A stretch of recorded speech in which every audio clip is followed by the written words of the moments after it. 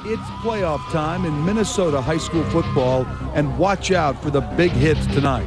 A long regular season, 8 weeks of key battles, comes down to this. The winners advance, the losers go home. It's that simple. All the dreams, all the hard work, all the preparation time comes down to tonight. Coaches will tell you it's the biggest night in Minnesota prep football, and we have it covered. So sit back and relax. Playoff football is coming up next, live on the Prep Sports Extra. Forest Lake is the 5 seed in Section 7 5A. Blaine, the 4 seed. Trip Schultz, 20-yard gain. Rangers in business. Schultz, 17-yard touchdown. Forest Lake in front, 7-0. Blaine would struggle tonight early. Brett Furch picked off. Matt Hansman, the nice interception. Hansman's also the Forest Lake quarterback. 39 yards on this keeper. And the Rangers are in front, 14-0.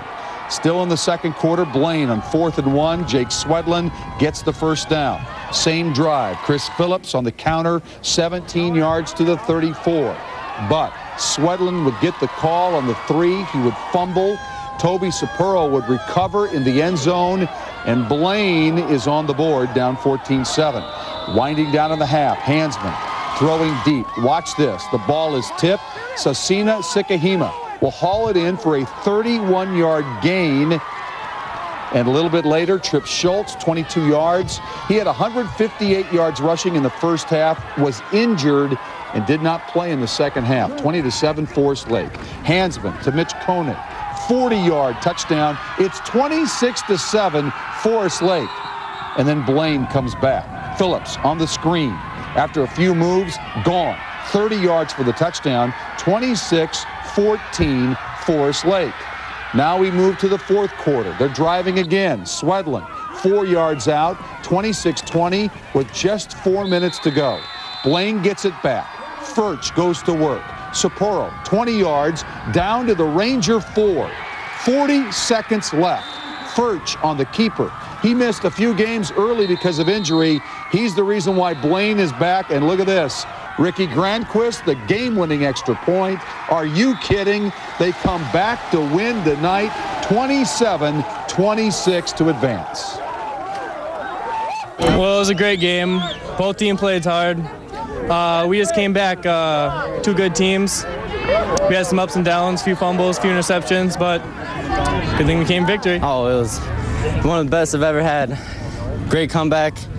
I don't know much to say. You're speechless. Yeah, it was awesome. One of my best win ever. Well, geez, it was a roller coaster game. You're up and down the whole game, and we told our kids at halftime, it's a 48-minute game, and you got to play it till it's over. Don't pack your bags until the clock says 0-0.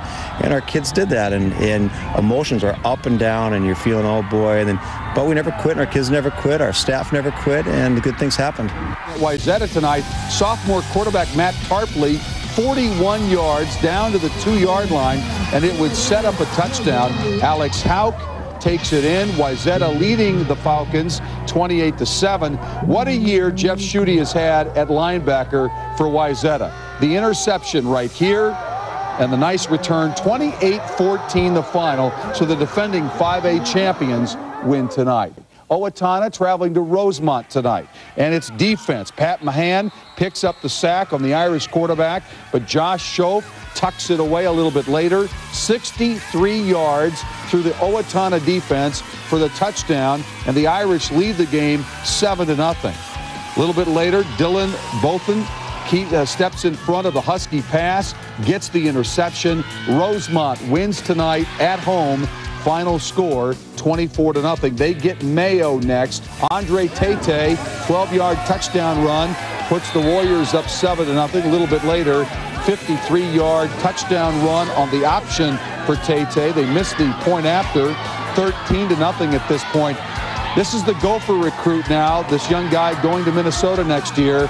Watch this touchdown run. It covers 60 yards on the day, 336 yards and 5 touchdowns. Sibley wins it 35-21 in Section 2.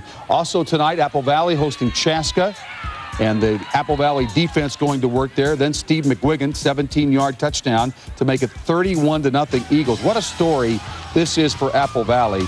You know, they were 1-7 last year, and right now they sit 8-1 on the year. Chaska trying to make a comeback. Final score tonight was 37-14 Apple Valley. They move on. Prior Lake Burnsville, Luke Anderson completes the pass to Zachary Soflo down to the 20, and that would set up Anderson to Eric Stamp in the back of the end zone. Lakers would lead 8-0 over the Blaze.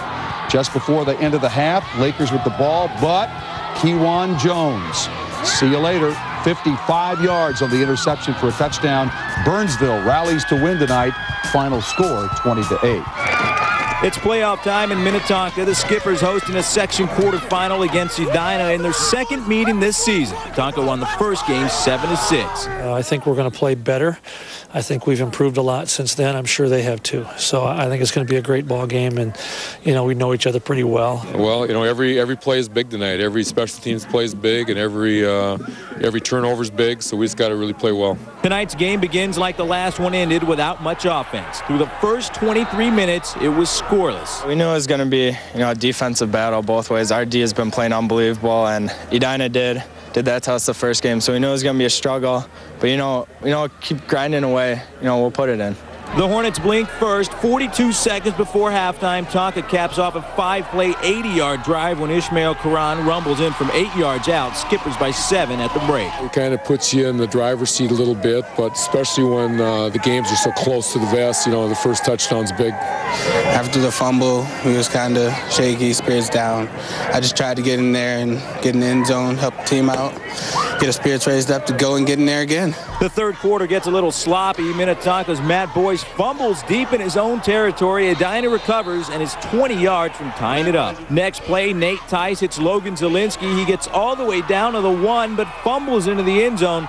Tonka recovers to end the threat. Our defense has been doing that all year long, creating turnovers and giving us chances. So, yeah, I think it was a difference tonight. While the Skippers settled down, Edina couldn't avoid turnovers with 6 on the night. Nate Tice loses a fumble in Hornets territory. Our defense has been working hard, and we coaches have had us prepared all the time, and just going out there and having a blast, and coaches prepare us all every single day to be our best. The Skippers convert. Karan again untouched from 6 yards out, 14-0 Minnetonka. Oh, that was exciting, just to try to seal the win at the end, and we did it. Got in there the second time. The defense seals it with another interception, and the Skippers win 21-0, their second straight shutout. So the Skippers make it 2-0 against Edina this season and advance to the section semifinals where they'll face Eden Prairie. In Minnetonka, Charles Gonzalez for the Prep Sports Extra.